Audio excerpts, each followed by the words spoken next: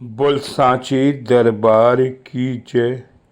जय जगत जननी माता जी ਤੁਹਾਡੀ सदा ही जय। बोल मेरे दिल वाली सरकार की जय।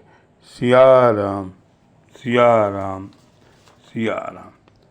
हर रोज तेरा इंतजार होता है, तेरी चाहत में दिल बेकरार होता है। काश तुम समझ पाते मेरे गुरुवर, चुप रहने वालों को भी तुमसे प्यार होता है। मनुष्य होना तो भाग्य की बात है, लेकिन सद्गुरु से जुड़ा रहना परम सौभाग्य की बात है।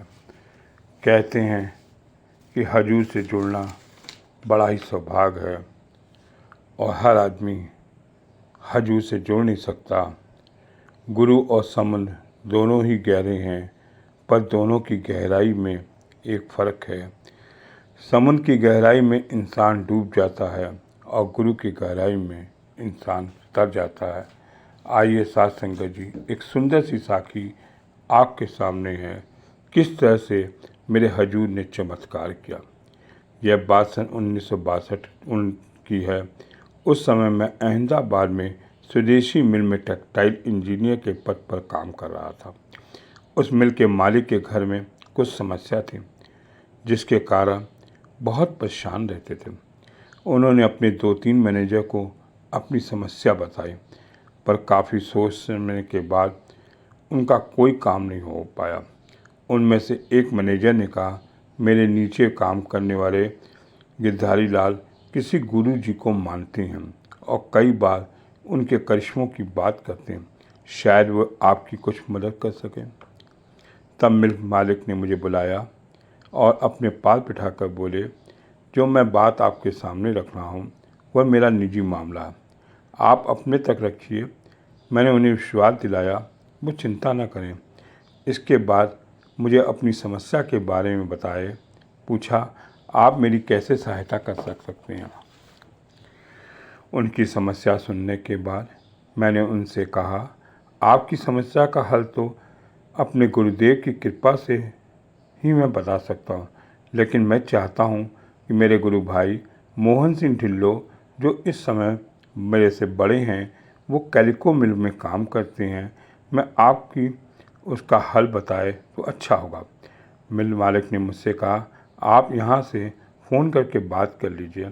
मैंने कहा कि मैं अपने कमरे जाकर उनसे बात करता हूँ।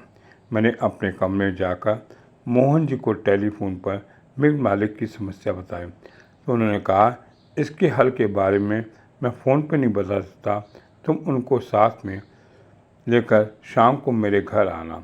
मैंने अपने मिल मालिक को जाकर बताया और मैंने उनसे बात करी कि उन्होंने आपको शाम को अपने घर पे बुलाया। उस दिन शाम को मिल मालिक के साथ मोहन जी के घर पर गया। मिल मालिक ने उनको अपनी समस्या बताई। उनकी नई नई शादी हुई थी, पत्नी खूबसूरत थी, पर उन पर शक करती थी कि किसी दूसरी औरत के चक्कर में तो नहीं पड़ गया, इसलिए उनकी दिनचर्या पे नज़र रखती थी। वे अपनी पत्नी को इस शक की आदत से बहुत परेशान थे। ऑफिस में वो काम नहीं कर पाते थे। मोहन जी ने मिल मालिक को सारी बात सुनकर परम पूज्य हजूर जी के एक खास क्वेश्चन सुनाया कि जब नामुमकिन काम को मुमकिन करना हो तो आदमी को सुबह 3 बजे उठकर अपने इष्ट देव या गुरुदेव, जिसे भी वो मानते हों, सच्चे दिल से अरदास करनी चाहिए। यह मुश्किल आपको दूर कर देगी।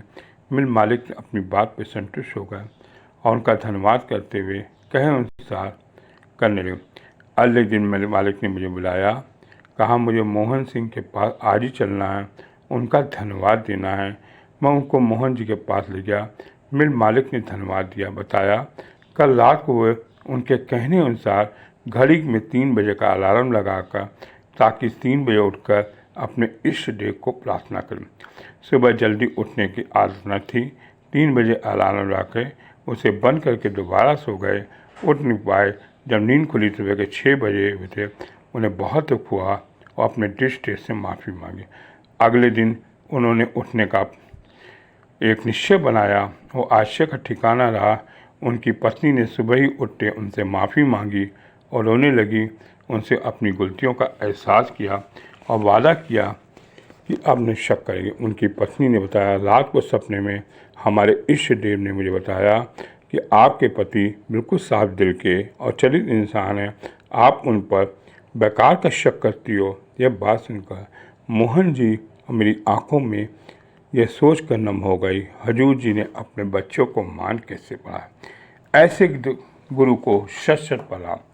साध संगत जी, जब भी हमारे पास कोई भी समस्या आती है तो हम हजूर को अमृत वेला के प्रातः काल पे जब उठकर अरदास करेंगे तब हजूर जी हमारी बात सुनेंगे, क्योंकि हजूर जी अमृत काल पे भ्रमण करते हैं, चारों तरफ भ्रमण करते हैं।